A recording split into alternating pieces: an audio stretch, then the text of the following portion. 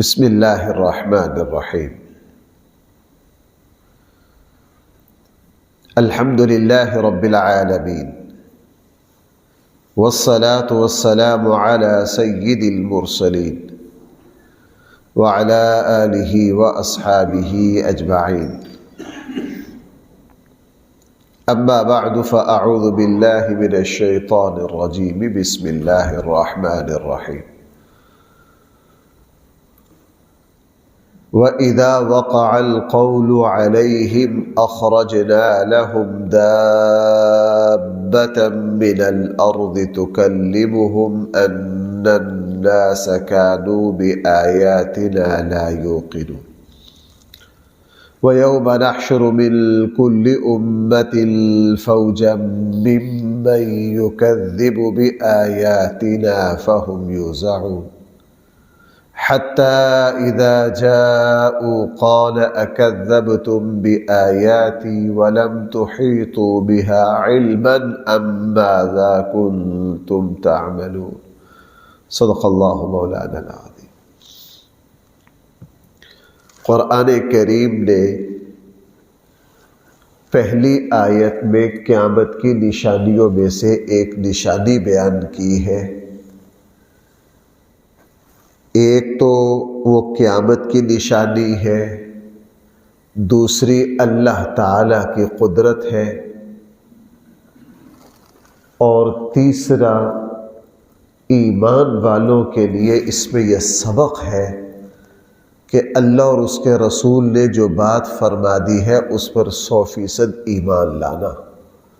بھائی اس پر 100% کیا کرنا؟ ایمان لانا۔ اس آیت میں کیا فرمایا؟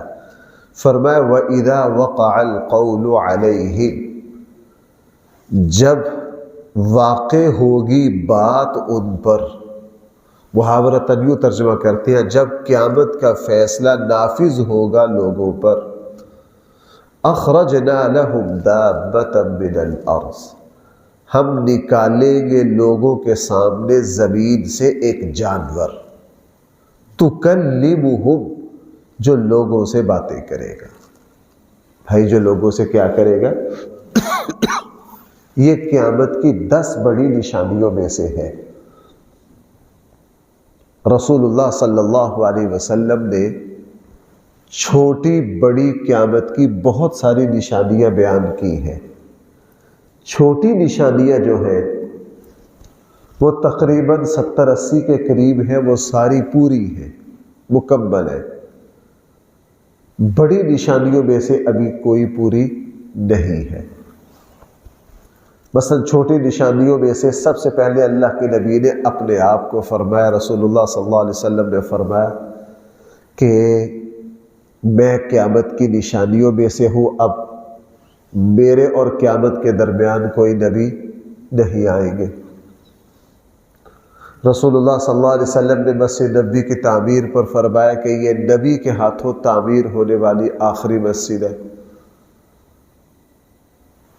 رسول اللہ صلی اللہ علیہ وسلم نے بہت ساری نشانیاں بیان کی کہ ایک زمانہ آئے گا معاشرے میں ماں باپ کی نافرمانی بڑھ جائے گی، قیامت کے قریب جیسے جائے گے خود غرضی بڑھ جائے گی، بے حیائی بڑھ جائے گی، اخلاقی سطح نیچے گر جائے گی، مفاد پرستی بہت زیادہ آ جائے گی، میری امت میں اختلاف و انتشار بڑھ جائے گا۔ رسول اللہ صلی اللہ علیہ وسلم نے فرمایا قیامت کے قریب جا کر نیکی کی چیزوں پر لوگ فخر کریں گے، یعنی نیکیوں کو بھی بطور فخر، بطور شان و شوکت کے۔ تو اس طرح کی چھوٹی نشانیاں ہیں، وہ بہت ساری ہیں، وہ تقریباً ساری ہی پوری ہیں۔ بڑی 10 نشانیاں، بھائی قیامت کی بڑی نشانیاں کتنی ہیں؟ 10 ہیں۔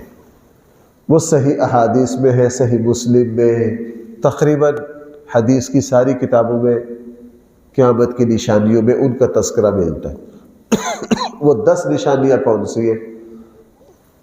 ان میں سے ایک نشانی کہ جانور کا نکلنا ہے، دوسری نشانی سورج کا مشرق کی بجائے مغرب سے نکلنا ہے، تیسری نشانی حضرت عیسیٰ علیہ السلام ہے، چوتھی نشانی دجال ہے، پانچویں نشانی یاجوج ماجوج ہے، چھٹی نشانی ایک دھواں آئے گا جو پوری زمین کے لوگوں کو اپنے گھیرے میں لے لے گا، ساتویں نشانی یمن کا ایک مقام ہے عدن، رسول اللہ صلی اللہ علیہ وسلم نے فرمایا وہاں سے ایک آگ نکلے گی اور وہ آگ ساری انسانیت کو یوں سمیٹ لے گی۔ میں بطور مثال عرض کر رہا ہوں، جس طرح دیکھا نا چرواہا جو ہے وہ شام کو اپنی بکریوں اور بھیڑوں کو جب واپس لاتا ہے تو ایک طرف سے سلیقے سے سب کو سمیٹ کر لے آتا ہے، فرمایا اسی طرح وہ جو آگ ہے وہ یمن سے نکلے گی اور ساری انسانیت کو یوں اکٹھا کر کے لاتے لاتے میدان محشر میں جمع کر لے گی۔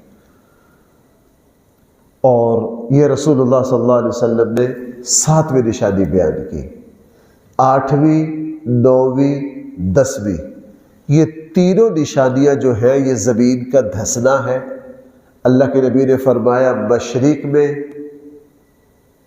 مغرب میں، جزیرہ عرب میں، یہ تین جگہ سے زمین دھسے گی اور وسیع پیمانے پر، یعنی بڑے بڑے شہر اور ملک زمین میں دھس جائیں گے۔ بڑے بڑے شہر اور بڑے بڑے ملک بھائی کیا ہوں گے؟ اور یہ تین جگہ ہوگی، یہ تینوں مستقل، یہ 10 بڑی نشانی ہے۔ ان میں سے ایک یہ ہے، میں نے بار بار عرض کیا کہ چھوٹی نشانیاں تو اکثر پوری ہو گئی ہیں اور بڑی نشانیاں ابھی کوئی پوری نہیں ہوئی، اور آثار سے یہ محسوس ہوتا ہے کہ بڑی نشانیاں کا زمانہ ابھی قریب بھی نہیں ہے۔ بڑی نشانیوں کا زمانہ ابھی ہم سے قریب نہیں ہے۔ کتنا دور ہے ہم بیان نہیں کر سکتے، 1000 سال دور ہے، 2000 سال دور ہے۔ بار بار میں پچھلے درسوں میں بھی بات بتاتا ہے، وہ غیب کی جو بات اللہ اور اس کے رسول نے جتنی بتائی ہے ہمیں اتنی ہی آتی ہے، اس سے اضافی نہیں آتی۔ اب یہ جو جانور ہے یہ لوگوں سے باتیں کرے گا۔ ویسے صحیح مسلم کی ایک حدیث ہے بڑی عبرت والی، رسول اللہ صلی اللہ علیہ وسلم نے فرمایا قیامت کے قریب اکثر درندے اور بے جان چیزیں بولنے لگ پڑے گی۔ بھائی میں کیا بات عرض کر رہا ہوں؟ رسول اللہ صلی اللہ علیہ وسلم نے فرمایا قیامت کے قریب اکثر درندے اور بے جان چیزیں، رسول اللہ صلی اللہ علیہ وسلم نے فرمایا یہاں تک کہ جوتے کا تسمہ بھی بعض دفعہ بولے گا، اور گھر کی بے جان چیزیں بول کر بتانے لگ پڑے گی کہ تمہارے گھر میں کیا ہوا ہے۔ یہ قیامت کے بالکل آخری مراحل میں ہے، آخری مراحل میں ہے کہ بے جان چیزوں کا بولنا ہوگا۔ درندے بولیں گے، جانور بولیں گے، اور اسی طرح آگ پتھر بولنے، اس طرح کے واقعات بہت زیادہ ہونے لگ جائیں گے، اس طرح کے واقعات بہت زیادہ ہونے لگ جائیں گے۔ لیکن یہ جو 10 بڑی نشانیاں ہیں ان میں سے یہ 2 نشانیاں حدیث میں ہے، یہ قریب قریب ہے بالکل۔ ایک اس جانور کا زمین سے نکلنا، اور دوسرا سورج کا مشرق کی بجائے بھائی مغرب سے نکلنا۔ اور حدیث میں اس کا بھی اضافہ ہے، رسول اللہ صلی اللہ علیہ وسلم نے فرمایا جب یہ 2 نشانیاں ظاہر ہوگی اللہ تعالیٰ پھر توبہ کا دروازہ بند کر دے گے۔ بھائی اللہ تعالیٰ پھر توبہ کا دروازہ کیا کر دیں گے؟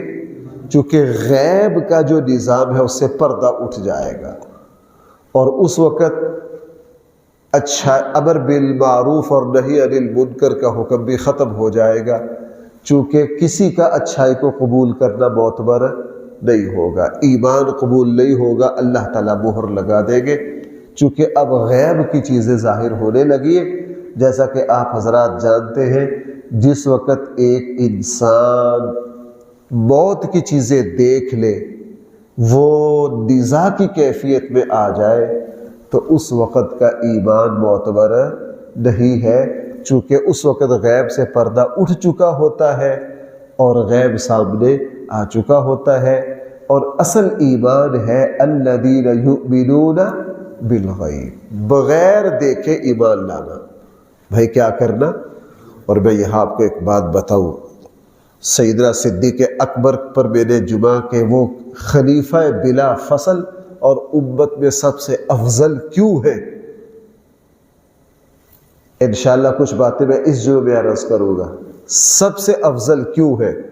ایک مجلس منعقد تھی اس طرح، رسول اللہ صلی اللہ علیہ وسلم نے فرمایا ایک صاحب جو ہے وہ بیل کو اور گائے کو لے کر جا رہے تھے کسی کام کے لیے، تو بیل نے آگے سے اسے مالک کو یہ کہا، بھائی بیل جو ہے وہ بولتا ہے، حضور نے فرمایا بیل نے اپنے مالک سے یہ بات کہی۔ جب یہ بات کہی نا تو سارے صحابہ اکرام کی زبان سے نکل گیا سبحان اللہ، تعجب سے، اللہ کے رسول بیل بھی بولتا ہے؟ سب نے کیا کہا؟ اللہ کے رسول بیل بھی بولتا ہے؟ رسول اللہ صلی اللہ علیہ وسلم نے فرمایا بالکل بیل بولا ہے، میں اس پر ایمان لایا ہوں، ابو بکر اس پر ایمان لائے اور عمر اس پر ایمان لائے۔ حالانکہ اس مجلس میں حضرت ابو بکر اور حضرت عمر موجود ہیں۔ آپ میں اپنی بات سمجھا نہیں پایا، یعنی ایسی بات جس کی عام لوگ تصدیق نہیں کرتے، اللہ کے نبی ایسے موقع پر بطور خاص فرماتے میری بات پر ابو بکر ایمان لائیں گے، میری بات پر کون ایمان لائیں گے؟ اور میں اس کو جمعے میں بیان کروں گا، آج ہی یؤمنون بالغیب کے تحت بیان کر دیتا ہوں۔ صدیق اکبر رضی اللہ عنہ کا بھائی لقب کیا ہے؟ صدیق۔ یہ صدیق لقب کیوں پڑا؟ زیادہ جو صحیح روایت ہے، لوگوں میں ایک دوسری روایت ہے، صحیح روایت یہ ہے کہ جب معراج سے واپسی پر آنے لگے تو حضرت جبرائیل سے عرض کیا حضور نے کہ جبرائیل میں یہ جو سیر کر کے جا رہا ہوں جب لوگوں کو بتاؤں گا کون میری تصدیق کرے گا؟ لوگوں نے تو تکذیب کرنی ہے۔ تو حضرت جبرائیل نے حضور سے فرمایا تھا اللہ کے نبی پریشان نہ ہو، آپ کی سب سے پہلے تصدیق صدیق اکبر کریں گے۔ کون کریں گے؟ ہاں، یعنی حضرت جبرائیل نے یہ لقب رسول حضرت سیدنا صدیق اکبر کو دیا کہ وہ آپ کی تصدیق کریں گے۔ تو بات یہاں سے چل رہی تھی الذین یؤمنون بالغیب، کہ قیامت کے قریب جب یہ جانور نکلے گا، جب سورج مشرق کی بجائے مغرب سے نکلے گا، توبہ کا دروازہ بند ہو جائے گا، چونکہ غیب اس وقت غیب نہیں رہے گا، حاضر ہو جائے گا۔ اور اسی لیے قرآن کریم نے ایمان والوں کی صفت بیان کی ہے الذین یؤمنون بالغیب۔ اور بھائی یہی حقیقت ہے کہ ایک ہے تجربہ اور مشاہدہ، دیکھ کر ایمان لانا، وہ بھی ایک ہے، لیکن بنیاد کیا بنے؟ اللہ اور اس کے رسول کی بات پر اعتماد کرنا۔ بھائی اللہ اور اس کے رسول کی، کئی سال پہلے میں نے سود پر ایک بیان کیا تو ایک نوجوان، مجھے نہیں پتا تھا ان کو، انہوں نے مجھے ابھی بتایا، یہ جو واقعہ یہ تو کوئی 10 سال پرانا ہے، لیکن انہوں نے بتایا مجھے ابھی چند مہینے پہلے، میں کسی کام سے گیا، ملاقات ہو گئی تو بیچارے بڑے اس سے پیش آئے،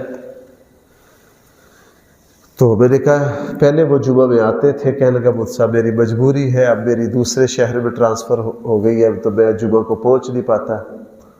پھر انہوں نے سنایا، کہنے لگا آپ کو یاد ہے آپ نے فلاں سن میں سود پر 6-7 جمعے پڑھائے تھے؟ میں نے کہا جی پڑھائے تھے۔ کہنے لگا اس وقت میں فلاں بینک میں سودی کرسی پر تھا، وہ سودی بینک میں تھا۔ کہنے لگا آپ کے بیان سن کے میں نے اس وقت طے کیا کہ یار اب اس لائن کو چھوڑنا ہے۔ گھر جا کے بیوی سے بات کی، بچوں سے بات کی، سب کہے مر جائیں گے۔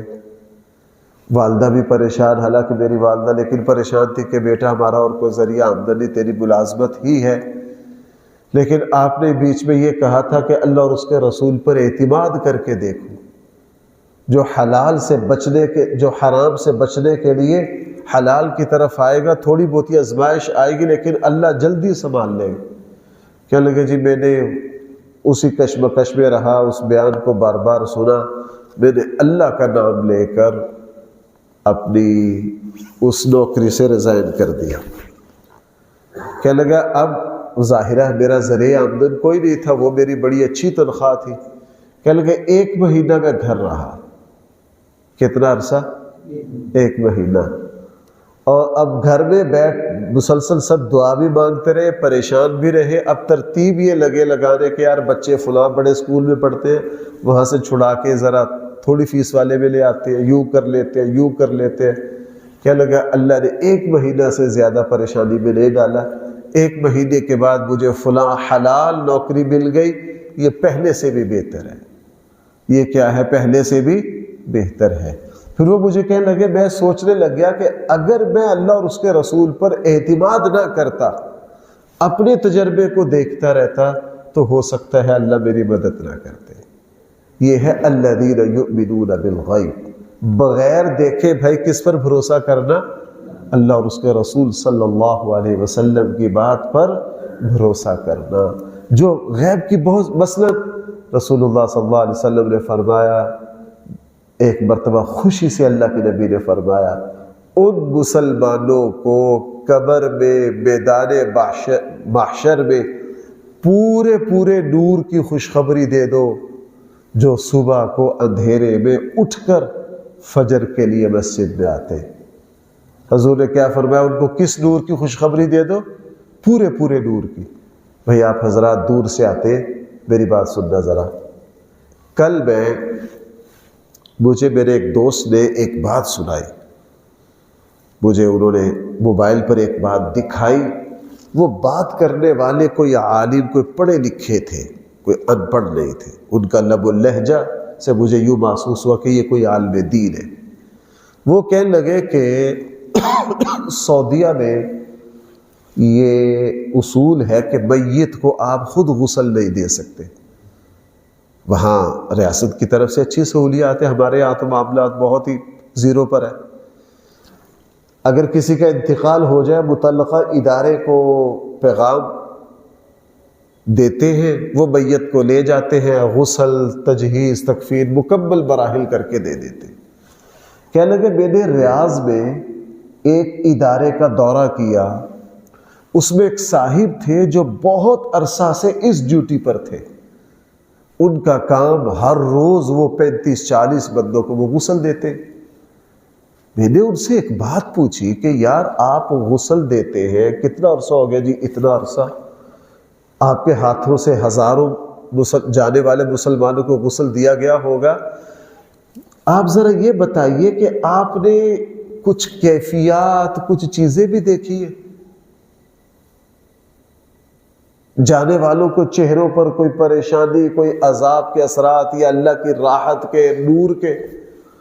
اس نے کہا یار میں نے بہت ساری میتوں کو غسل دیتے ہوئے مسکراتے دیکھا ہے، ہنستے دیکھا ہے، چہرے پر یوں نور کی شعائیں پڑتی دیکھی ہے. میں نے بہت سے جسموں کو غسل دیا ہے، میں نے ان کو ریشم کی طرح ملائم پایا ہے. لیکن اگلی بات اس نے ہمیں بتائی، کہنے لگا میں نے جس میت کے اوپر بھی اللہ کے نور کے، رحمت کے، فضل کے آثار دیکھے ہیں، تو میں اس میت کے پیچھے تحقیق کرتا تھا کہ اس کی کون سی نیکی ہے، تو تقریباً 2 نیکیاں نکلتی تھی. بھائی کتنی نیکیاں؟ نمبر 1، اکثر آخری وقت میں وہ مسکراتے تھے جو ماں باپ کے فرما بردار ہیں اور فجر کی نماز کا اہتمام کرنے والے. فجر کی نماز کا، میں کل ایک دوست کے یہاں بیٹھا تھا، انہوں نے موبائل نکالا، کہنے لگے مجھ سے آپ نے ایک چیز سنا دی ہے. مجھے انہوں نے اپنے موبائل پر یہ سنائی، اور وہ جو صاحب بیان کر رہے تھے ان کا لب و لہجہ کوئی ان پڑھوں والا نہیں تھا. میں ان کے صحیح تلفظ اور لب و لہجہ سے سمجھا کہ یہ شخص کوئی عالم دین ہے. کوئی شخص کیا ہے؟ عالم دین ہے. آخری وقت میں جن میتوں پر یہی سے آگے کی رحمتوں کا نزول شروع ہو گیا، کوئی مسکرا رہا ہے. کہنے لگے 2 نیکیاں تھی اکثر، ماں باپ کے فرما بردار اور فجر کی نماز کا بھائی کیا کرنے والے؟ اہتمام کرنے والے. اس لیے بھائی آپ حضرات دور دور سے آتے ہیں، موسم بھی سردی کا ہے اور یہ آنا آسان نہیں ہے، یہ وہی شخص آئے گا جس کے دل میں اللہ اور اس کے رسول کی محبت ہوگی۔ لیکن اس بات کا پورا خیال رکھیے، انشاءاللہ یہ اندھیرے میں سردی میں دور سے آنا یہ میری اور آپ کی قبر کو روشن کرے گا، یہ میرے اور آپ کے میدان محشر کے اندھیروں کو مٹا دے گا۔ یہ اللہ تعالیٰ کی طرف سے۔ بہرحال یہ جانور نکلے گا، کچھ احادیث میں اس کی تفصیل ہے، لیکن وہ علامہ ابن کثیر رحمہ اللہ نے ان حدیثوں کو ذکر کر کے، اور مفسرین کی رائے یہ ہے کہ وہ حدیثیں اتنی مضبوط نہیں ہیں، وہ حدیثیں اتنی بعض احادیث میں تو آتا ہے جی اس کے ٹانگیں اس طرح ہوگی، وجود اتنا ہوگا، وہ یوں کرے گا، وہ فلاں کرے گا، اس کے یہ اکثر احادیث ضعیف ہے۔ ہاں صحیح احادیث میں یہ ہے کہ یہ ایک جانور نکلے گا، لوگوں سے باتیں کرے گا، اور یہ حدیث بھی صحیح ہے کہ ایمان والوں کی پیشانی پر بھی یہ مہر لگائے گا، اور کافروں کے چہرے پر کفر کی کیا لگا دے گا؟ مہر لگا دے گا۔ اور یہ بڑی سرعت کے ساتھ 1 منٹ میں یہاں سے وہاں سفر کر سکے گا، اور یہ روٹین سے ہٹ کے، چونکہ یہاں بھی دابۃ نکرہ ہے، اور یہ تنویر جو آئی ہے یہ اسی لیے آئی ہے کہ یہ ایک عجیب جانور ہوگا، عام روٹین کا جانور نہیں ہوگا۔ اب ذرا الفاظ دیکھیے کیا فرمایا، وَإِذَا وَقَعَ الْقَوْلُ، جس وقت واقع ہو جائے گی بات یعنی قیامت، علیہم لوگوں کے سامنے، اخرجنا لہم دابۃ من الارض، ہم نکالیں گے لوگوں کے لیے ایک بہت بڑا جانور زمین سے، تکلمہم، جو لوگوں سے بھائی کیا کرے گا؟ باتیں کرے گا۔ کیا کہے گا لوگوں کو؟ ان الناس کانوا، اے لوگوں، کانوا بآیاتنا، تم ہماری آیات پر یقین نہیں رکھتے تھے۔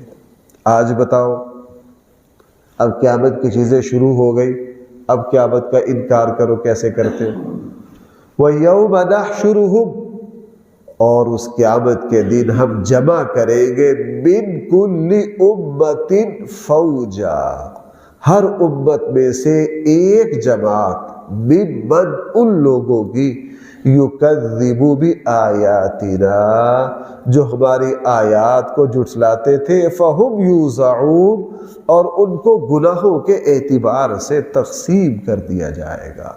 حتی اذا جاؤ، جب وہ ہمارے پاس آئیں گے، اللہ فرمائیں گے، اکذبتم بآیاتی، تم تھے جو میری آیات کو جھٹلاتے تھے، ولم تحیطوا بها علما، اور ان باتوں کا تمہارے پاس کوئی علم نہیں تھا، اپنی طرف سے باتیں گھڑتے رہے۔ اب ماذا کنتم تعمل، جو کچھ تم کرتے رہے ہو، اللہ فرمائیں گے سارا کچھ ہمارے علم میں ہے، تم نے کس کس طرح کے اعتراض کیے اور ہماری باتوں کا کس کس طرح سے۔ وَوَقَعَ الْقَوْلُ عَلَيْهِمْ، اور جس دن یہ فیصلہ لوگوں پر نافذ ہو جائے گا، بِمَا ظَلَمُوا، ان لوگوں پر جنہوں نے ظلم کیا۔ بھائی یہ بات میں آپ کو بارہا بتا چکا ہوں کہ یہ جو قیامت کا آخری جھٹکا ہے یہ ایمان والوں پر نہیں آئے گا۔ بھائی آخری جھٹکا ایمان والوں پر نہیں آئے گا۔ اس آیت سے بھی یہی بات ثابت ہو رہی ہے۔ صحیح حدیث میں اللہ کے نبی نے بیان فرما دیا، صحیح مسلم میں ہے کہ قیامت جب اللہ تعالیٰ اس سسٹم کو لپیٹنے کا فیصلہ کریں گے نا، تو صبح کو ٹھنڈی ہوا چلے گی ایک، اس سے تمام ایمان والوں کو ہلکا پھلکا نزلہ اور زکام ہو جائے گا، اور ایک آدھ دن میں اس زکام کی وجہ سے سارے ایمان والوں کو اللہ موت کے ذریعے اپنے پاس بلا لیں گے۔ اور حدیث میں ہے پھر زمین پر وہی لوگ رہ جائیں گے جو جانوروں سے بھی بدتر ہوں گے، کافر رہ جائیں گے، جو جانوروں سے بھی کیا ہوں گے؟ بدتر ہوں گے۔ اور پھر ان کے اوپر یہ جو قیامت کا جو جھٹکا، جو زلزلہ، اذا زلزلت الارض زلزالہا، یہ پھر، اور اس آیت سے بھی یہ پتہ چلا، وَوَقَعَ الْقَوْلُ عَلَيْهِمْ بِمَا ظَلَمُوا، اور جب قیامت کا دن آئے گا تو یہ ظالم لوگ فَهُمْ لَا يَنْطِقُونَ، یہ اللہ کے سامنے بول بھی نہیں سکیں گے۔ روب، جن کی زبانیں دنیا میں بڑی چلتی تھی اللہ کے احکام کا مذاق اڑانے کے لیے، اس دن فہم لا ینطقون، وہ بول بھی نہ سکیں گے۔ اللہ تعالیٰ مجھے اور آپ کو قرآن کریم کا صحیح فہم عطا کرے۔ الحمدللہ رب العالمین، والصلاة والسلام علی سید المرسلین وعلى آلہ واصحابہ اجمعین۔ ربنا آتنا في الدنيا حسنة وفي الآخرة حسنة وقنا عذاب النار۔ صلی اللہ تعالی علی خیر خلقہ سیدنا و مولانا محمد وآلہ واصحابہ اجمعین برحمتک یا ارحم الراحمین۔